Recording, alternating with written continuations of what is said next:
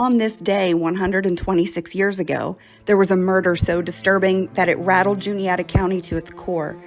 This is the tragic tale of Charles and Effie Kunkel Ramsey. There's a lot to tell, so it's best to start from the beginning. Charles William Ramsey was born in 1857 in Lac Township, just outside of East Waterford, to parents Lemuel and Margaret Ray Ramsey. Lemuel was a school teacher, and the Ramseys were very respected members of the community. Effie Jane Kunkel was born in 1863 to Michael and Jane Junk Kunkel of McCoysville. Michael was a tailor, and the family was well-known and well-liked. In the early 1880s, Effie went to Airy View Academy in Port Royal and became a school teacher in the county common schools. Charles Ramsey followed in his father and older siblings' footsteps and also became a school teacher. Both the Ramsey and Kunkel families were prominent in the Presbyterian churches of the area. Effie and Charles began courting, and in June of 1887, they were married. They settled in the stone farmhouse that he was born in on his father's farm outside of East Waterford on what is now Gilland Road. Their reputations placed them among the most highly respected and intelligent people in their community. They were active in the East Waterford Presbyterian Church, and for the first several years, only good things were said about them. That is, until the millennial dawn. But before we dive into that, we need to talk about the robbery. You'll understand why later in the story. In August of 1894, a gang of 3 robbers were terrorizing the Tuscarora Valley. The thieves headquartered themselves at Lick Schoolhouse about 3 miles from East Waterford, and in only a few days' time, they had plundered so many spring houses that all of the citizens were on high alert. During the night of Tuesday, August 21st, the robbers entered the home of Charles and Effie Ramsey. Charles's instinct to stop the men resulted in him receiving a hard blow to the head with a club. Although he wasn't knocked unconscious, he was subdued enough to be restrained. The robbers were not satisfied with the $3 they had plundered from the Ramseys, and they demanded to know where the $600 was that Charles was seen to withdraw from the bank recently. Effie joined Charles's side, and the two insisted that they had no other money in the home. Then one of the robbers recognized Mrs. Ramsey as his former school teacher.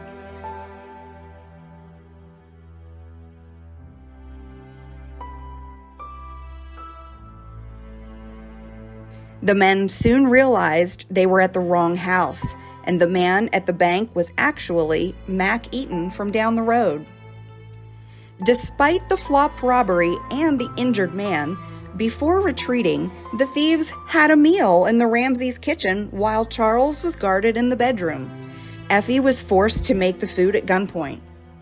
The robbery was an unfortunate case of mistaken identity that left Charles with a head injury. Soon after, that head injury would be blamed for Charles Ramsey's increasingly bizarre and erratic behavior, especially when he began embracing a new religious craze called the Millennial Dawn. The movement's creator, Charles Russell, was a minister from the Pittsburgh area. His restorationist approach to Christianity led to him forming a Bible study group designed to eliminate any doctrines that weren't substantiated by Scripture. Then he founded Zion's Watchtower Tract Society, which published his writings. Soon his society gained a large following and even gained international attention. His Millennial Dawn book series eventually had 6 volumes in total. It was arranged by topic and ranged from simple to more complex and involved. The series was later renamed Studies in the Scriptures, since Millennial Dawn was often mistaken for fiction.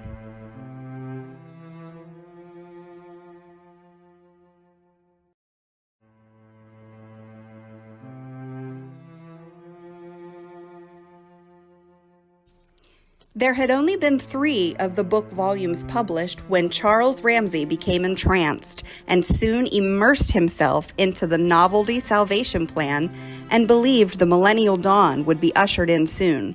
Read Armageddon and Second Coming of Christ, which Russell believed was invisible.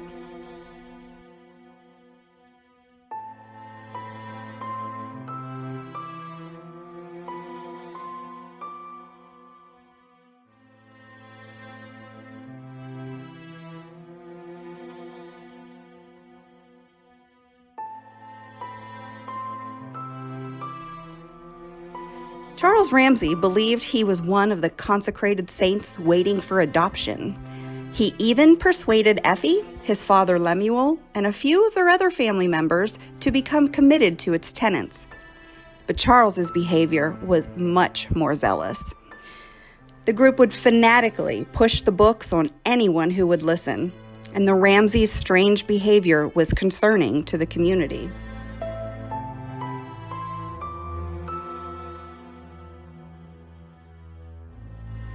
During meetings with local followers, Charles would become so incensed that it was hard to calm him down afterward. One neighbor, James Howard Kirk, would often dispute with the believers, so he became a prime target to try to convert. Effie and Charles had a hired employee to help around the farm. His name was Clement Kirk, or Clem. Clem was not able to read, so Charles would endlessly speak of the books and read passages to him. Clem gave the appearance of believing it to pacify his boss. Eventually, Charles began declaring to neighbors that he believed so passionately in the cause that he was prepared to offer his wife as a sacrifice at any moment the spirits would tell him to.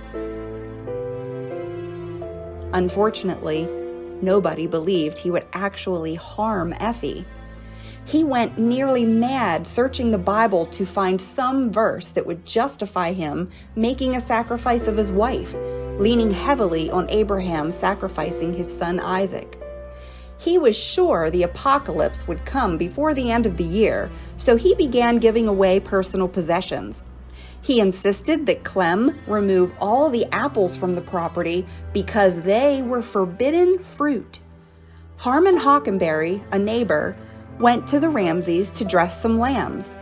He noticed that their organ was gone. Effie was always known for being an excellent organist, so he asked about it and was told, "Well, we can't serve the Lord with an organ in the house." Some ladies went to the house to try to help their friend Effie.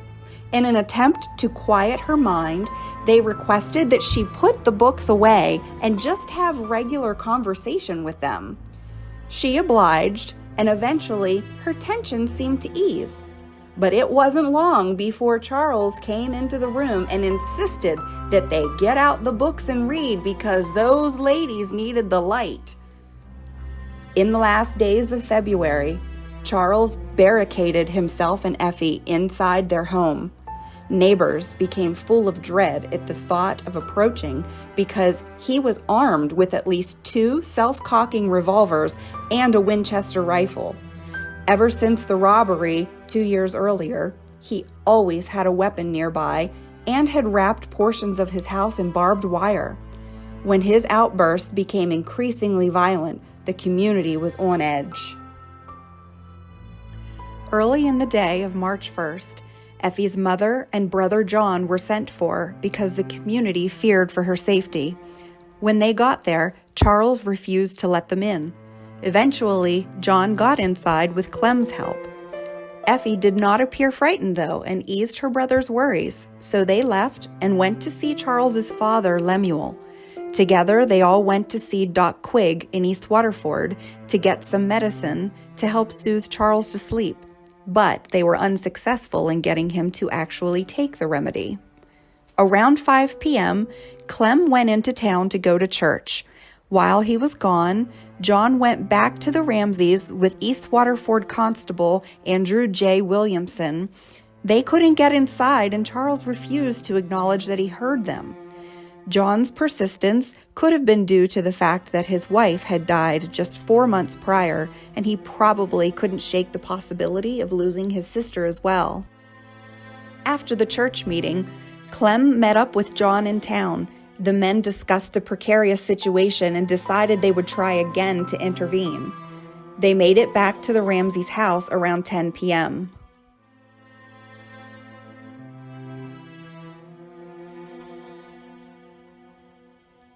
The men ran back to town and awakened their friends with the urgent update. Families remained up and on high alert all night, worried something terrible was going to happen or had already happened. It was not until the next morning that anyone dared to step onto the Ramsey property. The details of the crime were later brought to light during testimony before East Waterford's Justice of the Peace.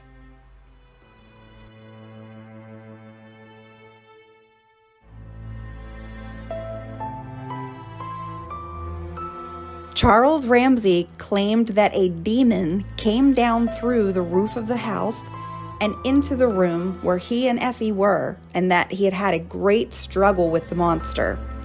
He failed to realize that it wasn't a demon he was fighting, but his wife of nearly 9 years. His hallucination proved fatal. Although there was evidence that the struggle began upstairs in the bedroom, the slaughter happened in their kitchen. Charles poured scalding hot water from the tea kettle onto her face and chest and then hit her with the empty vessel. He shot her in the head, then drug her by her hair toward the fireplace. The heavy pieces of wood used to barricade the door were then used to crush her skull. The crazed man removed pieces of her brain, scooped up her blood, and drank it. In his demonic delirium, he began to throw guns and household furniture outside of the house. Evidence indicated that Effie did fight back while she was still able. Charles's fingers were mangled, having been bitten by human teeth, and he was badly scratched on his face and body. Around midnight, Charles appeared outside his neighbor's house, McClellan Lindsay. The Lindsays were around the same age as the Ramseys, and they were probably good friends until recently. The family was woken from their slumber by Charles knocking at their door and loudly asking if he could sleep at their house for the remainder of the night to escape the cold. When Mr. Lindsay opened the door, he was shocked to see that Charles was covered in blood. Taken aback, Lindsay asked him what happened.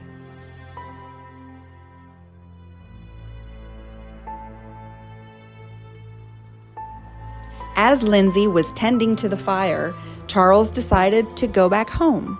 He went into his house, stripped naked, and then took up refuge in their barn with nothing except a red flannel shirt. The disturbed Lindsay family, including their small children, remained awake and worried the rest of the night. Other neighbors, who had been alerted 2 hours earlier by Clem and John, eventually stopped by the Lindsay house and they discussed what could be done. Ultimately, it was decided, what's the use? What is done is done.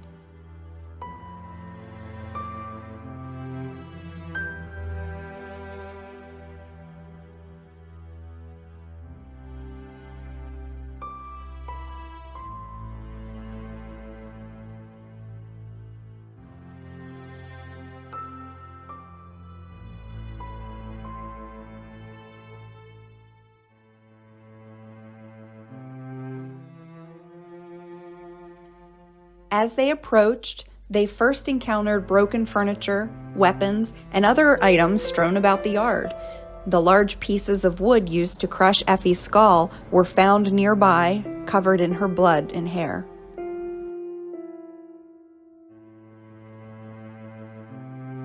When the house was timidly entered, Effie was found lying face down in front of an old fireplace hearth in the kitchen. Her head, which was in the fireplace where he dropped her, was badly beaten. The kitchen showed evidence of the great struggle. The men realized she had been killed in one spot and then dragged by her hair towards the fireplace.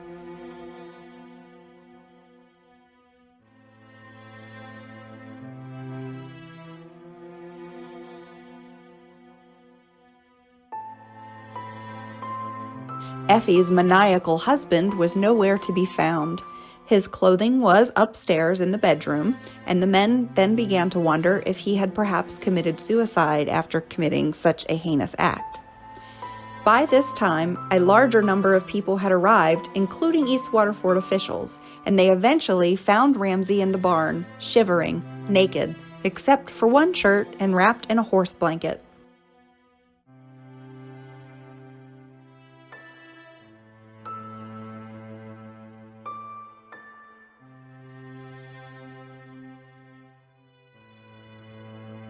Through blue lips covered in dried foam and blood, he told the men he had a mortal combat with the devil in the house during the night, and that it had thrown him down 3 times and bitten his hand, and then he was compelled to sacrifice his wife. Constable Williamson and his crew then promptly arrested him, but he was first taken inside to get dressed. During this time, with rambling speech, he told several different stories about what transpired that night, with each one ending with him proudly vanquishing his satanic enemy.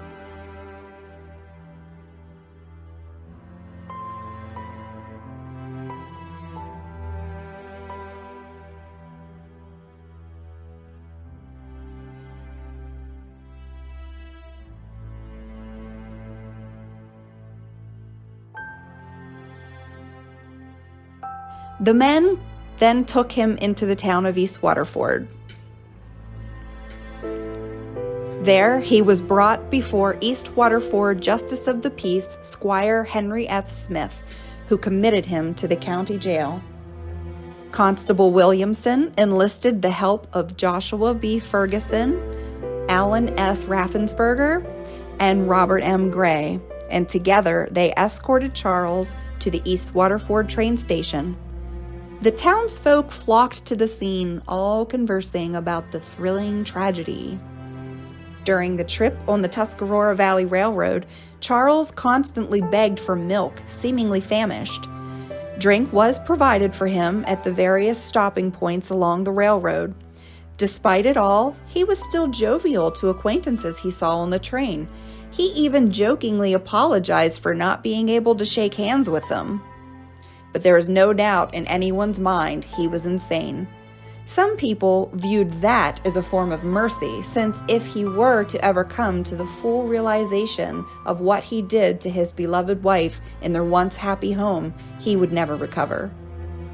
At Port Royal, the men transferred to the Pennsylvania Railroad and then arrived around 11:30 in the morning in Mifflintown, where Charles Ramsey was turned over to Sheriff James P. Calhoun and placed in the county prison.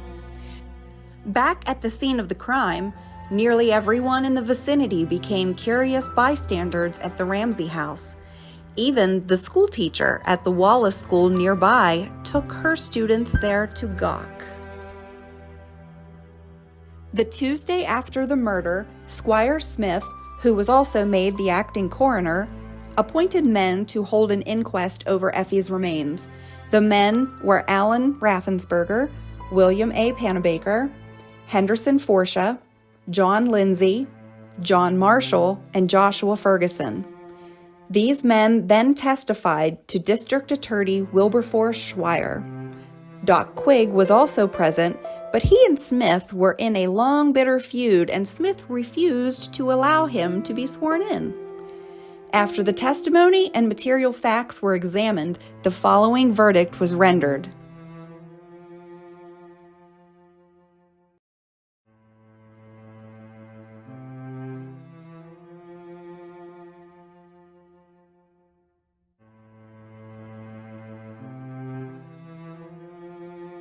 Schweier knew that the public opinion was that Charles shouldn't be tried, but instead immediately sent to an asylum. He agreed, and together he and Sheriff Calhoun asked Judge Jeremiah Lyons to appoint a commission to determine Ramsey's mental condition. They knew that he was not fit to appear in court, so whatever was decided had to be done quickly because without proper care, Charles would likely die in his cell at the Juniata County Jail in Mifflintown.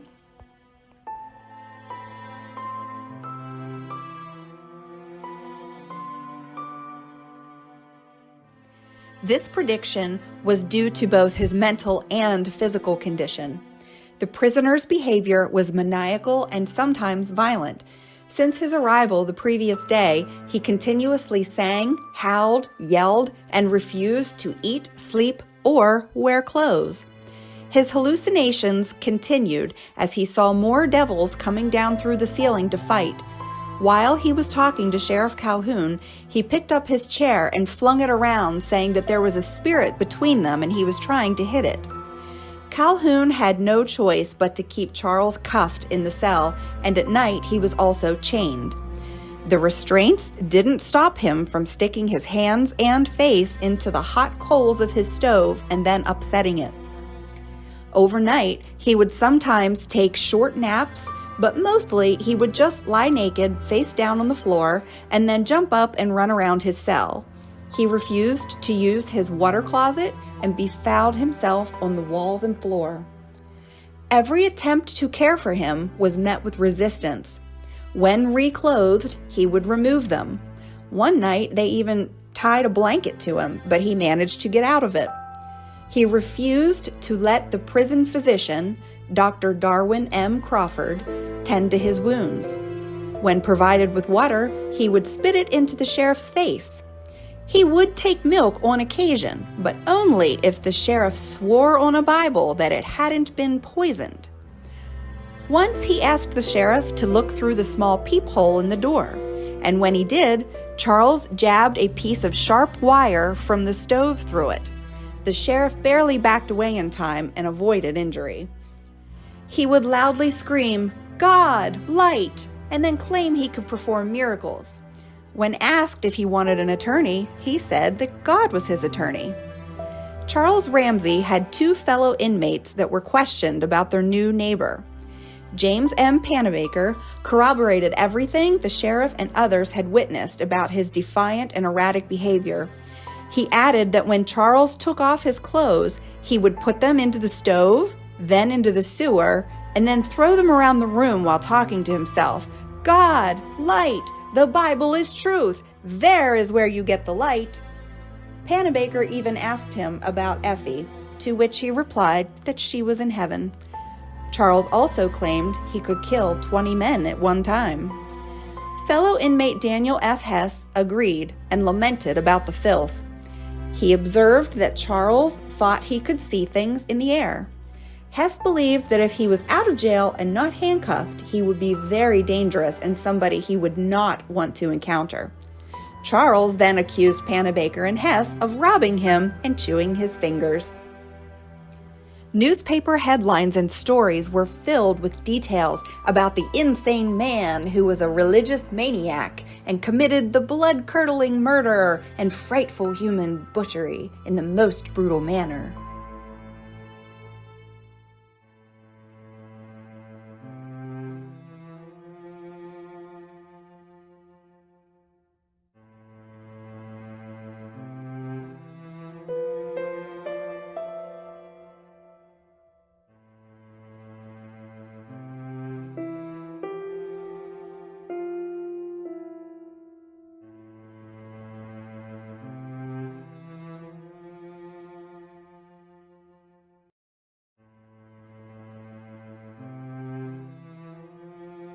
Many people still blamed his descent into madness on his head injury from the robbery 2 years earlier. They believed that that is when his mental trouble developed and likely made him a prime subject to be carried to extremes by religious fervor and overtaken by the strange faith. Still, there were some local residents who also were Dawnists who believed that the crime would bring new followers.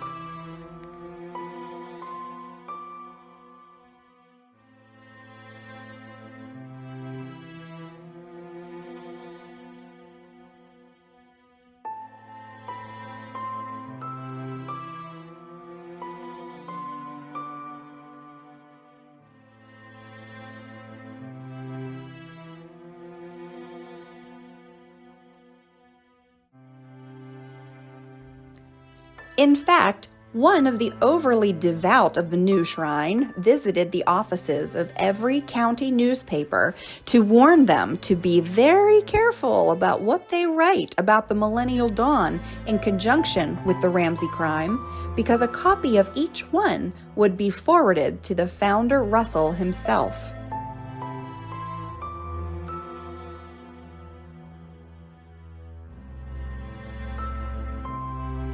Effie's funeral was held on Wednesday, March 4th at the East Waterford Presbyterian Church.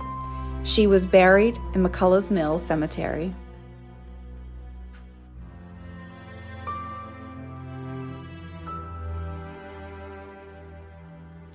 She was only 33 years old.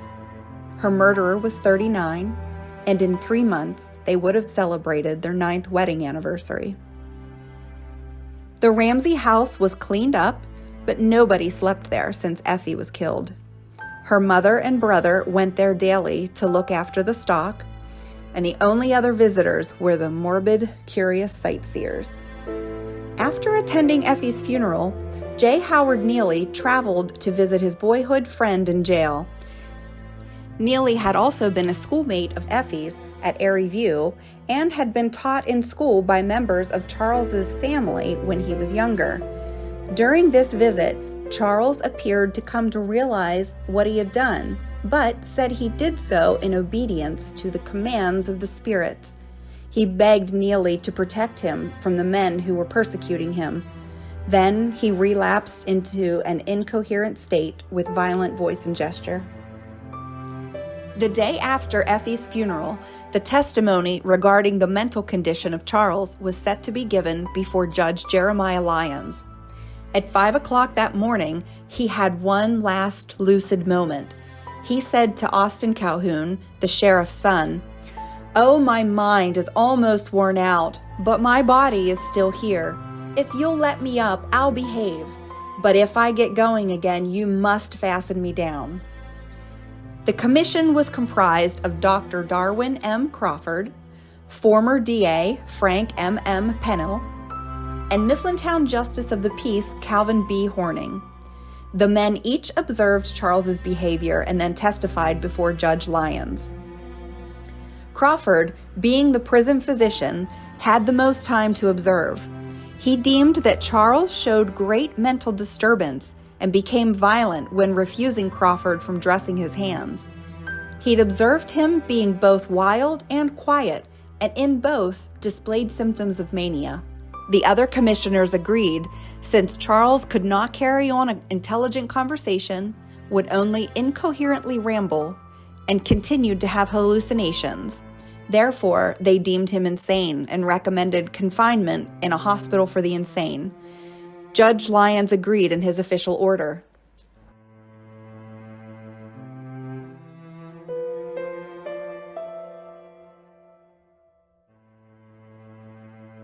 By 5 o'clock Thursday night, Charles was traveling on the Pennsylvania Railroad, escorted by Sheriff Calhoun, Austin Calhoun, and East Waterford Constable Williamson to the Maclay Street Station in Harrisburg.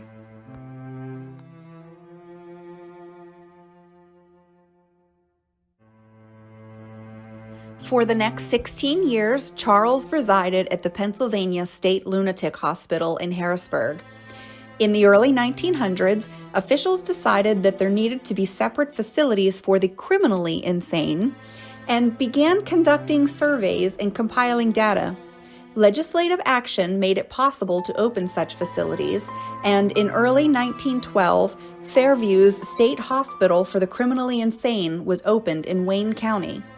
Charles was transferred there in February of 1912, but he was there for just 1 year and 7 months before dying at the age of 57 in September of 1914. Remember, the year 1914 is also when Charles Russell predicted Armageddon. His cause of death was chronic cardiac disease with contributing factor of chronic insanity since 1896.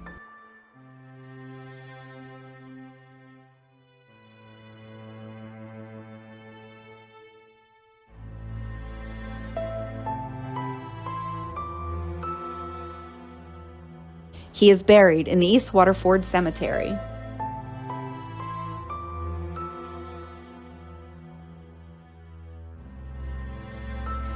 This disturbing mark within the pages of Juniata County history weren't only written by Charles Ramsey. On the contrary, many members of the community had the opportunity to do something to prevent the tragedy. Effie could have been removed to a safe home, or Charles could have been detained for being a danger to himself and others.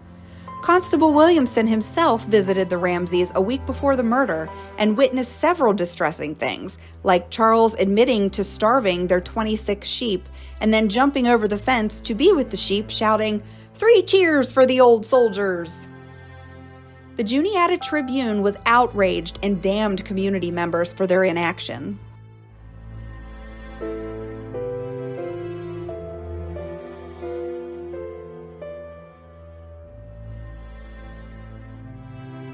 History is for us to learn from, so that the mistakes of the past are not repeated.